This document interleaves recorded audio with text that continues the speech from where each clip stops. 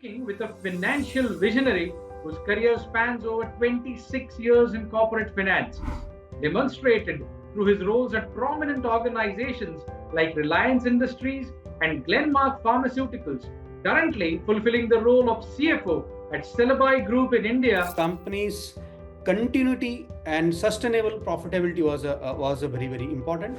It's need a system to be developed, a system process to establish.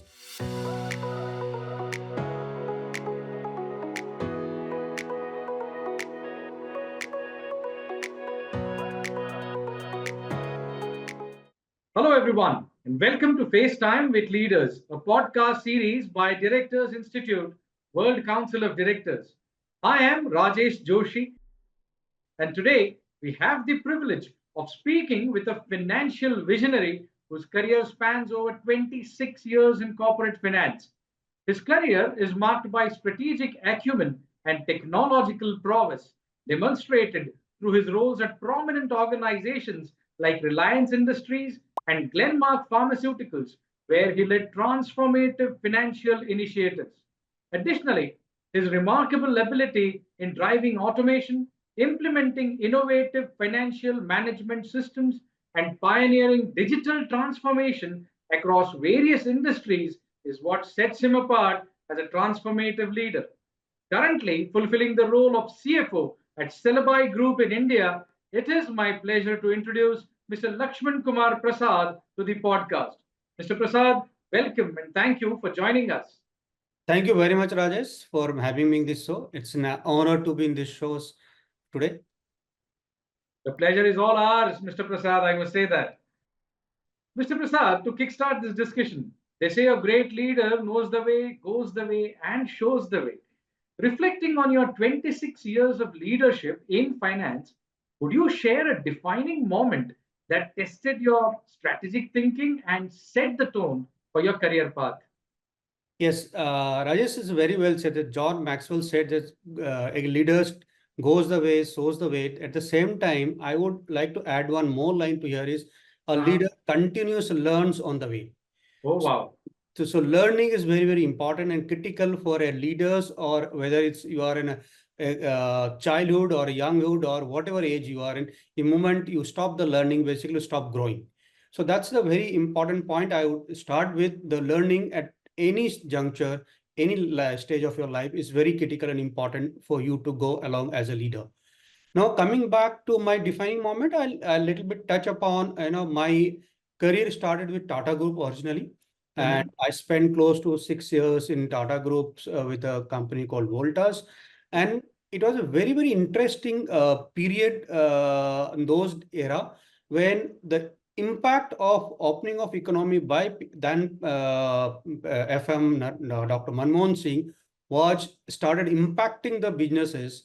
And Voltas was one of the company wherein going through those phases. And because of that, we had to take certain hard decisions to move to a new competitive market. And as a young leaders and as young professional, when I was in a mid-20s, I had to be part of that journey and along with the leadership team of that time. And appeared and before the labor court, saying that some of the business units are not financially viable and it's required to be closed down, and it's a hard reality to the business to float. So that's the way we started, career, and that's the way we each and every moment we spent on those transitions was very critical. And again, we moved to my next phase of my career was in Reliance. And the challenge of the Reliance was a little different than what was in Voltas. And Reliance was a very large growing company. It's a very well established, systematic companies. And then those companies' continuity and sustainable profitability was a very important. After Reliance, I joined Glenmark. And in Glenmark, again, it's again different industries, different story, and different kind of situations. Right. Glenmark was growing exponentially. It's need a system to be developed, a system process to be established, a structure, organized way of managing the business finance was required, managing the overall expansion with the team increasing, almost doubling every 2 3 years kind of expansion growth. So that was a very, very important part of my career that point of time. And I was keep doing, a lot of learning, unlearning, and enter into new chartered areas of managing the things. So those are the very, very critical insight, and we have learned how to manage a growing business, and we have established those businesses in India. And later part, I also looked after the Central Eastern Europe part, so got an international exposure in terms of how the businesses are managed in a different geographies, different languages, and different kind of business setup. And the later Great. part, when I joined Celebi, here it's a new industry altogether again, and the industry was getting more organized when government of India has opened up the airport industries and aviation sectors. And being a Turkish multinational enter in India, we need to set up a world-class business here. So here, business scalability, operation efficiencies setting up, and again, system of process for a new business setup was a critical milestone we were required to do in Celebi, and we continue to do this as well today. Absolutely superb. Mr. Prasad, Yeah. having worked in such dynamic organizations at such dynamic stages of the organizations, I am 100% sure that there would have been n number of moments that would have given you various opportunities, maybe shaped your thought process, and also helped you grow as a professional. No doubts about that. Definitely. And that's the and whenever do we always take the challenges of doing something new, and never afraid of experimenting something new. So that's also is a very I'd say important part. Absolutely, absolutely. And this particular attitude or approach, if I may say so, that is what emphasizes the importance of strategic thinking in leadership. That Correct. brings me to my next point. A company's strength lies in its ability to adapt. Yeah. How has your technological mindset helped you navigate the complexities of modern finance, particularly in driving digital transformation initiatives? True. See, adaptability, not only organization, adaptability on an individual also very important, Rajesh, in my view. Well said, sir. Okay. And when and an organization is nothing but a set of people, a group of people. Right. So it start with the individuals, and this is transformed to a culture, and culture to an organization's, adaptability. And in today's world, I would say adaptability is inevitable. Mhm. Unless you're able to adapt to the new take, new situation, new development, you will be left behind.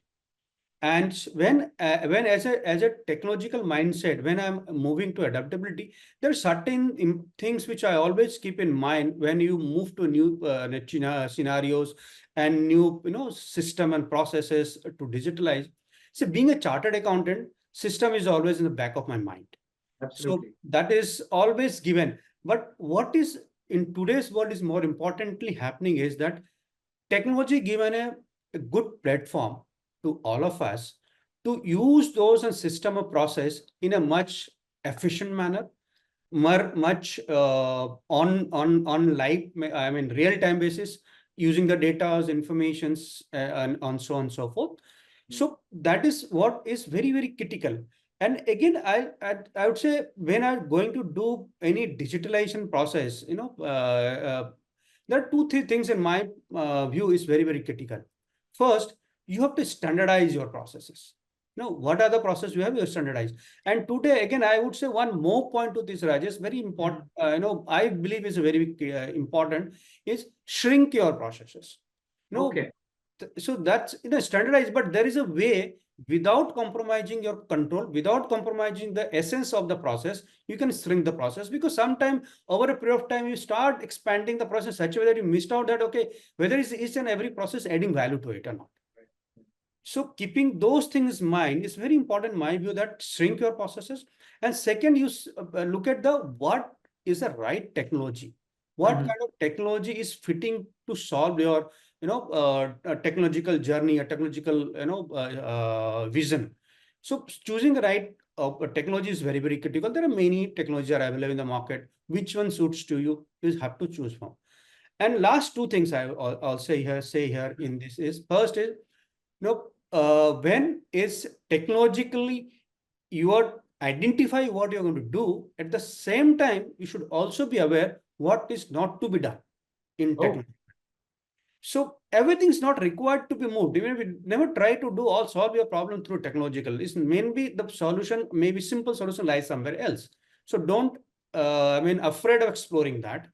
So look at how you solve your problem more technological, and what you should do technologically, what you should not do technology are equally, a leader should be aware of it. And the last point in technological journey, I also believe use your technology as your servant, not your master. And then only you can command and control your own system, your technological digital journey, what you are, moving on. fantastic, fantastic, Mr. Prasad. So what basically you're trying to say, if I may kind of just narrow it down, what you're basically trying to say is identify what processes you have, try and create minimum touch points with maximum impact, and Exactly. technologically adopt only that part of technology which you feel is essential to deliver that impact, rather than going out and going out with a bucket list and doing everything, Yes. and buying out everything and say Yes. I am a technologically Correct. well versed or a self sufficient guy. So that's fantastic approach, sir. Yes. That's a good eye opener, and a great insight to all those viewers who are watching our working in companies, who are at the cusp of maybe looking at technology, looking at newer technologies to adapt and to adopt. And I believe that's a fantastic insight that you've given, sir. Thank you, Rajesh. Thank you. And this has all come from experiences. We have moved technological journey in organization many, and we realized, still we can look at the internationally, digitalization is still not a very large number of success happening because Right. of, I think somewhere we may not be able to focus the right strategy, perhaps, or not able to choose the right technologies which is required. So that's very important that you move in a right directions and look at your vision very clearly. Absolutely, absolutely, Mr. Prasad. I mean, these what you're sharing is no doubt uh, absolutely invaluable to all professionals alike.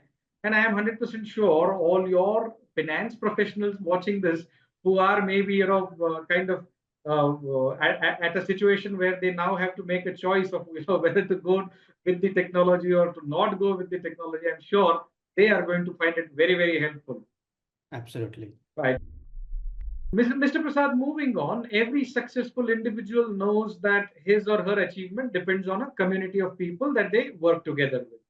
True. Can you talk about the most rewarding team effort you have led, particularly in the context of digitalization and automation? Yes. See, one thing I was very fortunate enough that throughout my 4 5 organization I worked in my career, I had a very excellent team of people, and not only my own domain of finance, but the cross-functional team as well.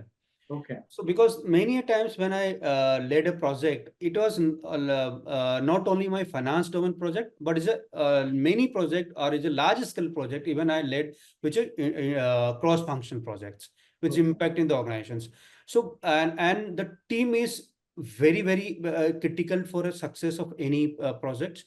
And the very good part and lucky I was having in my team was they were very much supporting to the vision, very much supporting to what we are emphasizing to, what we are looking forward for. And as a leader, let me do during this journey, there are 2 3 learning I got as a managing the team. The Mhm. first thing is, when you want to do something to moving to digitalization some or moving to some automation, first things think as a leader which are the key areas you are identifying where you're going to, as I in previous answer we said as I high impactful areas, Right. identify these high impactful areas by having a small group consultations. I would not stay suggest here to go for a very large consultation, but a very core team, your next team or impactful team, and then do some kind of brainstorming and understand and chart out your path and directions to move on. Once you are clear, yes, this way are I'm moving to, then get into a open with a larger team and start having conversations on what you intend to do, what are your project you are trying to do, and on doing this process, get more insight and once you get more insight from the larger group and try to use those insight in fine tuning your project plan. Right, right. Unless and until you get this input incorporated in the finance plan, you may not be doing a more fine tuner, blueprint be ready. And once your blueprint is ready, and then start selling to entire group and get in buy-in of this project. Yes, it is, and try to explain everyone what is in it for them, for each and every individuals, what kind of benefit they get, what kind of a efficiency they will expect, what kind of a impact they can see in a day-to-day life. So this is how, as a leader, take a team along with the entire journey, right from concept to implementation to handholding. And the last stage, I would say, is a handholding. I mean, just don't wash out your hand once project implemented. Do a handholding, ensure this is expected return as or we ripen, we got it what we expected, and then move with the team and leave the team to deal on it on a regular basis. This is how I believe, Rajesh, the team should be managed in a project.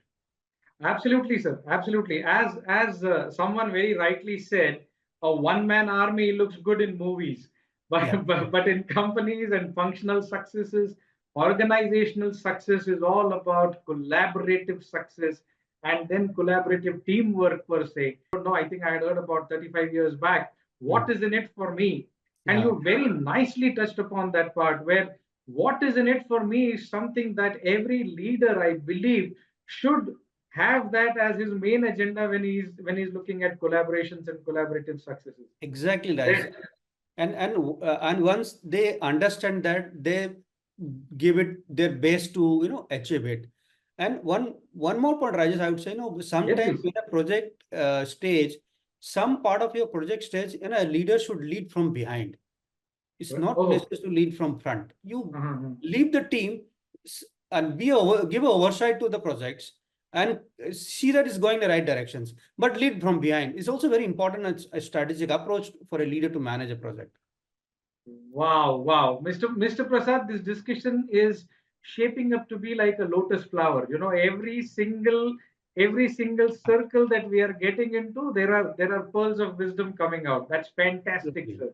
Absolutely fantastic. Thank you. Sir, given your experience in enhancing operational efficiency and compliance, what role do you think strong corporate governance plays in ensuring the long term sustainability of financial management practices? See, in my one answer is that very, very critical. No organization, in my view, can have a long-term sustainable unless they have a high standard of corporate governance. Right. And when say corporate governance, high standard and financial part play very, very large and critical role in overall corporate governance Mhm. framework.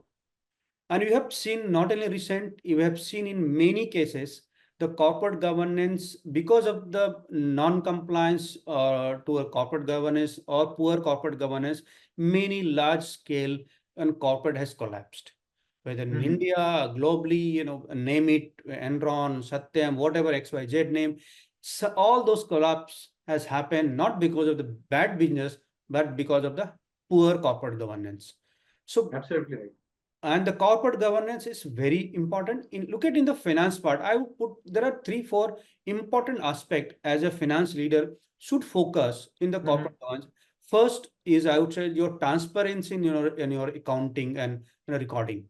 Now you need to record the transaction as it is, so it's reflect the true pictures. Second is how you manage your risk, financial risk. Whenever Mhm. you feel that the risk is outproportionate, bring it to right to the board, bring it to the notice of shareholder board, and let's do a larger, risk taking, but don't restrict to yourself. So risk management at the finance, the second part is very, very critical.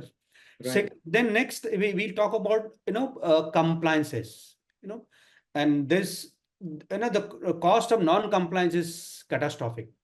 Absolutely. So we need to ensure that the compliances on time and in right places. And one more, as a finance, I'd say very important, that investor relationship. How do you engage your investor? How to take a trust of investor? How you explain that you are into right, track of business, and create with transparency a way of communicating with investors. There are three. These are the three, four most major critical corporate governance side as a finance leader should practice very diligently and honestly, and that's, as a leader, it's a responsibility to ensure these are being practiced across the organizations, and that only can make an organization sustainable in the long run. There is an excitement in your voice when Absolutely. you're talking about finance and governance and strategies. What keeps you passionate about finance after 26 years, and how do you sustain this enthusiasm? No, as you said, I know what you love, you do. At the same time, you do what you love. So both Right. are important, So and I'm lucky to I'm both side. Actually, I'm loving what I'm doing, and I'm doing what I'm loving at the same time. So it's and in this passion, I said again, I would from my experience, two three things make an individual's passion about it. One is we all talk about. Second is your ability, to or ability or interest or passion to show something, to continuously do something new, and that can happen with a continuous learning. As I said in my initial discussion, Right. learning is very very critical, and I'm lucky and I'm passionate about learning throughout my career. I do spend whenever I get a time to learn. I never miss an opportunity to learn something new, even whatever area, whether it's my digital is my and financial and digital studies are my core areas of learning, but I don't miss out to learning in other areas as well. And apart from this learning, and you need to have a fire on your belly to do something new or something innovative. You have to keep doing it. And the third important thing, what I believe, that one need to be a has to be physically and mentally healthy to a continuously learning for a long period of time. And physical health is important. You have a decent lifestyle of your day-to-day work, and you should do basic things right, like time, eating timely, sleeping timely, do some physical exercise, and mental health, as I already spoke about, the learning continues. So combination of these things keep you going for a long and keep you continue to patience, follow your passions in a continuous manner. So that's what I believe, and I try to do my best on these areas, whenever possible, whatever extent it is possible. Great, sir. Great. It is wonderful. It is wonderful to hear how your passion drives you. Your journey is truly inspiring for all the others in this field. There is no doubt about it. Correct. Fantastic, sir. Fantastic. In today's digital age, technology is the cornerstone of innovation. How do you see the role of technology evolving in financial management, and what should other aspiring CFOs be aware of in this regard? Absolutely true. See, technology is something you can't avoid, you can't Right. ignore. And at the same time, when you're moving to a technological, you need to be very, very mindful how you're moving it.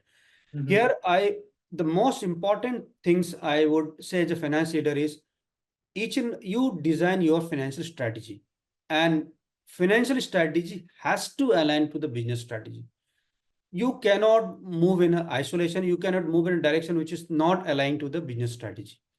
The Right. first thing as a finance leader, align your financial strategy to business strategy, and then break down your financial strategy into long term, medium term, and short term action plan, and look at what are the high impact. Again, I'm repeating some of the point which I spoke earlier in this area. Mhm. Identify high impact areas, high impact in terms of financials, in terms of return, in terms of operational efficiency, and in terms of your top line growth or bottom line growth. Right. Identify those areas and then move into those direction. Again, very simplified. Again, standardize, shrink your processes, and then choose right technologies and implement this. And with the team effort, we always spoke about how to take your team when implementing the any projects. And this is how a financial function should move to technology. And there are many areas. Even recently, we have implemented a robot system in our system. We are Mm-hmm. now currently working, evaluating and using AI in one of our functions, Okay. doing a kind of business case studies stage. But robot is, if you utilize properly, is a very, very effective Mm-hmm. tools finance can use for a repetitive nature of transaction, a mechanical transaction nature of transaction, to improve efficiencies, to improve accuracies, and to have a, a much quicker impact on real time visibility. So these are the something we can move apart from your typical ERP model. That Right. there are high bank and all still evaluating the blockchain can also be implemented on those areas. So considering those impact, it is very as a finance leader, we need to look at the fitment of technology to an individual business case. One set of technology, one set of solution is not going to solve all the problems. So you Absolutely. need to identify what suits best to you, and what Absolutely. in your industry, your business complexities, in your business challenges, which suits to you, and choose and rightly choose in a very thoughtful plan, make a blueprint, and then move to a blueprint directions. Fantastic. Fantastic. Mr. Prasad, this conversation has really been enlightening. Continuing with that, Mr. Kumar, how has your association with Directors Institute enriched your professional journey? And could you share some more about your overall experience and key takeaways? Yeah, it's a very fantastic opportunity. I got it with data insurance. There are, I know, two, three things. Again, I would say very, very important aspect what my journey so far with the data insurance. One is very concise way of learning. Okay, Seeing as a professionals, as a school days, colleges, we know most of the laws, but what we needed is basically a more of fine tuner versions, because basics we all learn or through our experiences or through our academic journey. So it's a very concise way of learning is very critical. The presentations of your learning into audio and video, and then followed by the text, and then each section wise quiz has actually helped us learn those aspects very, very critically, very important. Second is, I would say, the curriculum what we have, the it's more updated, and in a curriculum which of vast nature, updated in a one place. It's a very good and hard work, I think it's done by DI teams, and excellent learning from those aspect for us. And the last point is that we continue to have those kind of brief learning, whether it's with DI or somewhere. As a leader, I should not stop learning in a future as well. absolutely fantastic, sir. Your outlook towards approaching upskilling, upgrading, or even if it is not a certificate course, towards looking at newer things and trying to understand how exactly can they help you shape up your career, your professional growth, or True. maybe your organization per se, or your functional area to narrow it down. I mean, that's absolutely phenomenal, sir. Thank you, Rajesh. Thank you. And once you learn, I think as once a leader start learning, the team also see you as a leader, and the team, the learning culture get developed within the team, which is also very important for a team development. Absolutely, absolutely, sir. Unfortunately, we have come to the end of this show. I truly appreciate the depth of insights you've shared with us today, Mr. Prasad. Your extensive experience in corporate finance and your commitment to innovation and growth have been both inspiring and informative. Thank you for taking the time to join us and for offering such valuable perspectives on strategic financial leadership. I'm confident that your journey will serve as a beacon for many aspiring professionals in the field, Mr. Prasad. Thank you, Rajesh, for having me here and inviting me for this show. Thank you. Thank you very much. Thanks a lot, sir. We look forward to sharing more inspiring stories and insights from remarkable leaders in our next session. Until then, keep upskilling and finding joy in your journey. This is Rajesh Joshi at the Directors Institute, World Council of Directors. Thank you. Yeah.